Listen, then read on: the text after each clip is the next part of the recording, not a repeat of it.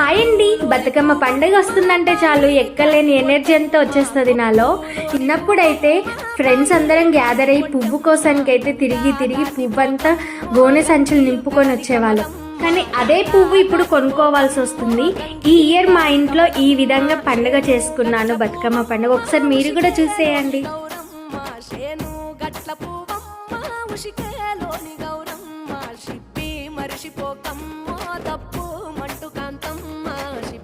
మరిచిపోకమ్మ